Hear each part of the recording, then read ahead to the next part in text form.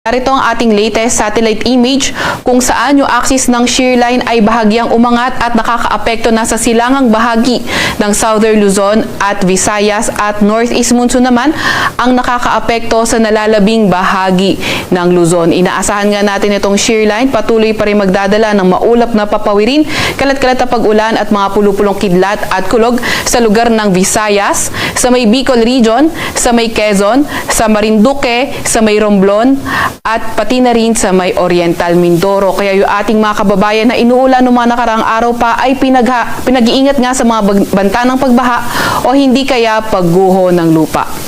Mas magandang panahon sa nalalabing bahagi ng ating bansa kung saan sa Mindanao area may mga tsansa ng mga localized thunderstorms at sa nalalabing bahagi ng Luzon, kabilang na ang Metro Manila, may mga tsansa naman ng mga may hinang pag-ulan.